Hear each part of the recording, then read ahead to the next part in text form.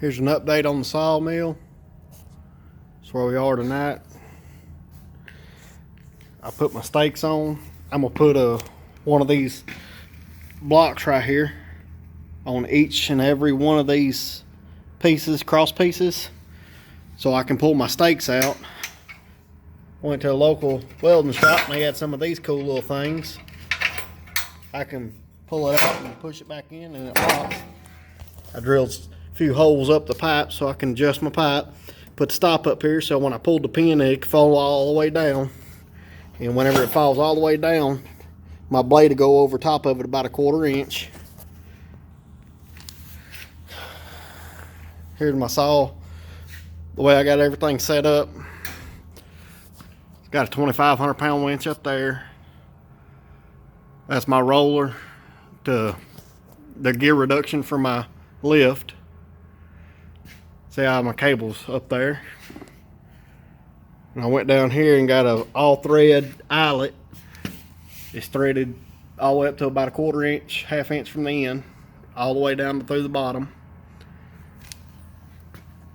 This is Mr. Larry's setup.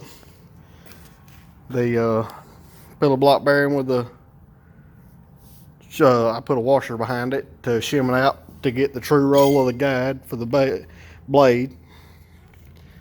Put me braces on top and bottom to keep it from swaying forward to back. Put me a big X brace in the back of it. Keep it swaying side to side when you're cutting. I put a brace right there to keep my winch from bending those two pieces of square tubing together, which it shouldn't bend it. I'm running just over 1/4 inch square tubing on everything but my sled here. Mr. Larry set up again. It's all thread, pillar block bearings. People may knock it, but like Mr. Larry said, it works good, does what it needs to do. It's my battery box. It's my motor. That's my plate that I built. My table stand, my fuel tank could go here. I got a 2.5 gallon fuel cell. This frame is built out of 2x2 square tubing and 1/4 inch plate, so it should hold everything I ever put on it, no matter what I put on it. And I got a 20-foot track here that I built. So, and I got another 20-foot track there I built. I drilled 3 holes in the end where whenever I set them on the slab, I can just bolt them together, or I can take that and out to the field and set my sawmill on it.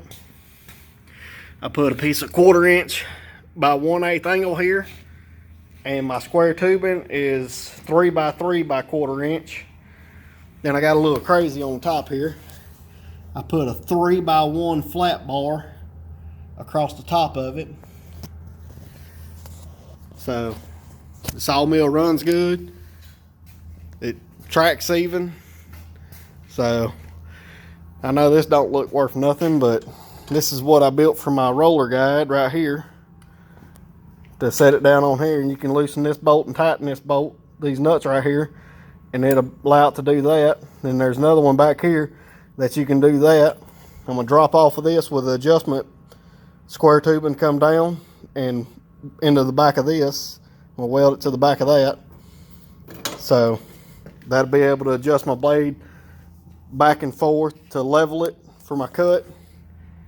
And I'm gonna do the same thing over here with this one. Same setup. Just gonna put it over here. I'm gonna put the guide even with my standpipe right there. That way I should be able to get the even amount of cut every time. And this is what I built from my slide to go back and forth. Loosen this bolt up. I just use these bolts just to set the slack in my square tubing.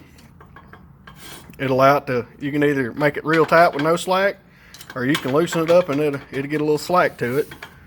But it'll slide all the way across here. I'm gonna come off the bottom of this down to this with another piece of 2.5 inch square tubing. I'm gonna run me a piece of square tubing out the side, and I'm gonna drill holes like I did the upright poles like that, about every 6 inches. And that's what I'm gonna put, one of them quick connects like that thing right there on the bottom of it, where you can just pull that pin and you'll slide it out to the next click or whatever, and that'll be my adjustment to slide my guide back and forth for my blade to run on. So, but just a work in progress. Hopefully this weekend sometime I'll be cutting logs with it.